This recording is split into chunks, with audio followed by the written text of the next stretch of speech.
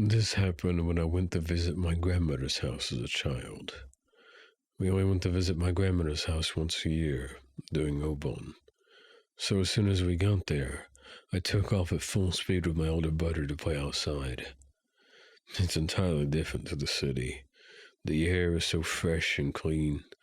I took in the refreshing breeze as my brother and I ran around the rice fields. Then, as the sun rose high in the sky and stood right above us, the wind suddenly stopped. Well, that's what I thought, but then a disgustingly warm breeze blew instead. It's already hot at the best of times. Why is such a warm breeze blowing now? I complained, angry that the cool breeze had been snatched away from me. I noticed my brother was looking in another direction, towards a scarecrow in the distance. What's up with that? I asked him. No, not that. Past that, he replied, and strained his eyes even harder to see. I wanted to see as well and looked intently over the rice fields. And then I saw it. What was that? It was far in the distance, so I couldn't tell what it was. It was about the size of a human, but it was white and swaying to and fro. There was nothing around here but rice fields, no reason for any people to be nearby. For a moment, I felt strange, but then I tried to explain it. Isn't that just a new type of scarecrow? It has to be. Until now, scarecrows have never moved, so if farmers, someone must have thought it up. Probably just started moving with that wind just before. My brother's expression said that he agreed with my precise explanation, but in an instant it disappeared. The wind had stopped, and yet the white thing in the distance was still swaying. Hey, that thing's still moving. What the hell is it?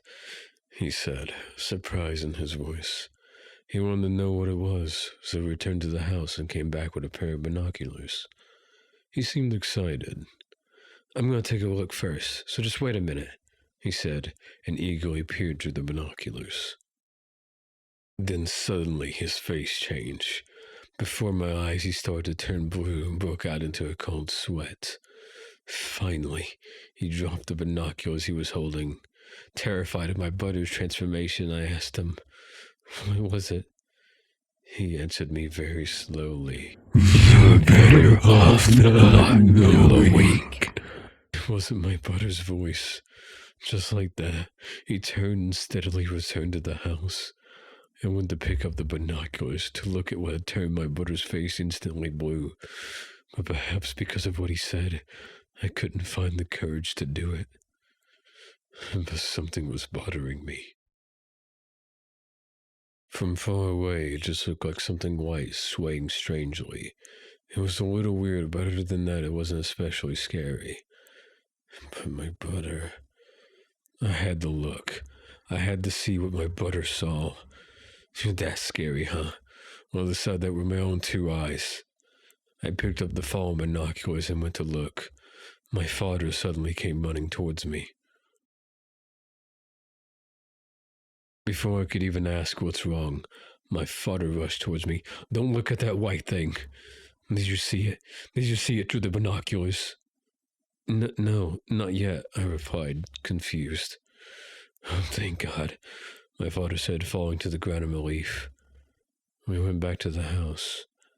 I had no idea what was going on. When we got back, everyone was crying. Was this because of me? No, not me. When I looked closer, I could see my brother laughing like a madman. He was moving about like that white thing, swaying. Seeing my brother like that, he was scared than whatever that white thing was. Then when it was time to us return home, my grandmother said, it would be better for everyone if you left him here. It'll be easier for him to live here. And the place is small, and if you think about your neighbors, they won't even wait a few days before... Leave him here. The best thing to do is to release him to the rice fields after a few years. Hearing those words, I broke out into tears. I'd never see my brother like he was again. Even if we came back the following year, that wouldn't be my brother. Why did this happen? We were just playing around, Having fun? Why? I furiously wiped my tears, got in the car, and we left the house behind. As our grandparents waved goodbye, just for a moment, I thought I saw my brother wave too. As we got further away, I wanted to see my brother's face one more time, so I looked through the binoculars. He was most definitely crying. His expression was that of laughter, but it was the first and last time he would smile so sadly again. Then, as we turned the corner, I could no longer see him. I broke out into tears once more, not taking my eyes away from the binoculars. One day you'll come back, right? I thought. I looked over to the green fields while remembering and missing my brother. Then, while I was thinking about my brother, I looked through the binoculars. That was when it happened. I saw the thing up close that I knew I should never see.